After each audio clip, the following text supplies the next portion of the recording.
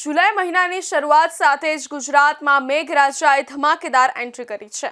રાજ્યમાં ચોમાસું હાલ પૂરજોશમાં જામ્યું છે, જેના કારણે અનેક વિસ્તારોમાં પાણી થઈ ગયું છે। હવામાન વિભાગ અને જાણીતા હવામાન નિષ્ણાંત અંબાલાલ પટેલની આગાહી મુજબ રાજ્યમાં અત્યારે એક સાથે 5 જેટલી મજબૂત વરસાદી સિસ્ટમ સક્રિય છે, જેની સીધી અસર આગામી દિવસોમાં જોવા મળશે। પરંતુ હવે નાગરિકો માટે રાહતના સમાચાર સામે આવ્યા છે। હવામાન વિભાગની તાજી આગાહી મુજબ રાજ્યમાં આજથી વરસાદનું જોર ધીમે ધીમે ઘટશે। રાજ્યમાં સક્રિય 5 વરસાદી સિસ્ટમો છે। હવામાન નિષ્ણાંતના જણાવ્યા અનુસાર હાલમાં well mark, low pressure, seasonal trough અને ઓફશોર ટ્રક જેવી મહત્વની સિસ્ટમો સક્રિય હોવાથી રાજ્યભરમાં મેઘમહેર યથાવત છે। આ સિસ્ટમોની અસર હેઠળ આજે અને આવતીકાલે રાજ્યના મોટા ભાગના વિસ્તારોમાં ભારે વરસાદની આગાહી કરવામાં આવી છે। છેલ્લા એક અઠવાડિયાથી દક્ષિણ ગુજરાત અને સૌરાષ્ટ્રમાં મુશળધાર વરસાદ વરસ્યો હતો, જેના પગલે સુરત, નવસારી, માંગરોળ સહિત અનેક વિસ્તારોમાં જળબંબાકારની સ્થિતિ સર્જાઈ હતી।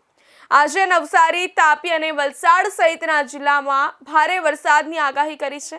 જો કે 10 જુલાઈથી રાજ્યમાં વરસાદનું જોર ઘટવાની શક્યતા વ્યક્ત કરવામાં આવી છે।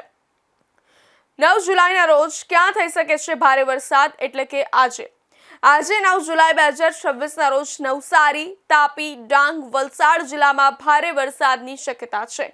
જ્યારે અમરેલી, ભાવનગર, સાબરકાંઠા, અરવલ્લી, મહીસાગર, દાહોદ, પંચમહાલ, છોટાઉદેપુર, નર્મદા, સુરત, તાપી, કચ્છ, વાવ, થરાદ, બનાસકાંઠા, પાટણ, મહેસાણા, ગાંધીનગર, ખેડા, વડોદરા, ભરૂચ, આણંદ અને અમદાવાદ, સુરેન્દ્રનગર, બોટાદ, રાજકોટ, મોરબી, જામનગર, દેવભૂમિ, દ્વારકા ઉપરાંત પોરબંદર, જૂનાગઢ, ગીર સોમનાથ જિલ્લામાં હળવોથી મધ્યમ વરસાદ થઈ શકે છે। ત્યારે અંબાલાલ પટેલે રાજ્યમાં વરસાદના આગામી તબક્કા વિશે મહત્વની માહિતી આપી છે। આગામી 48 કલાકમાં દક્ષિણ સૌરાષ્ટ્રના ભાવનગર અને અમરેલીમાં હળવા ભારે વરસાદની શક્યતા છે। દક્ષિણ ગુજરાતના સુરત અને નવસારીમાં 4-5 ઇંચ વરસાદ વરસી શકે છે। પંચમહાલ, દાહોદ, છોટાઉદેપુર, મહીસાગર અને વડોદરાના વિસ્તારોમાં પણ વરસાદી ઝાપટા પડી શકે છે। સાબરકાંઠા અને અરવલ્લીના છૂટાછવાયા વિસ્તારોમાં વરસાદની શક્યતા છે। બંગાળની ખાડીમાં નવી સિસ્ટમ બનવાની શક્યતા છે, જેની અસર ઉત્તર ભારતના ભાગોમાં વિશેષ રહેશે। રથયાત્રા દરમિયાન પણ વરસાદી માહોલ રહેવાની સંભાવના છે। વરસાદનો બીજો રાઉન્ડ 11 થી 17 જુલાઈ દરમિયાન વરસાદનું નવું અને શક્તિશાળી વહન આવશે, જેમાં ઉત્તર પૂર્વ ગુજરાત અને કચ્છમાં ભારેથી અતિભારે વરસાદ પડી શકે છે।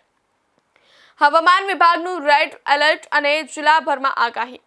હવામાન વિભાગે દક્ષિણ ગુજરાત પર વિશેષ ધ્યાન કેન્દ્રિત કરતા આગામી 2 દિવસ માટે ઓરેન્જ અને યલો એલર્ટ જાહેર કર્યું છે।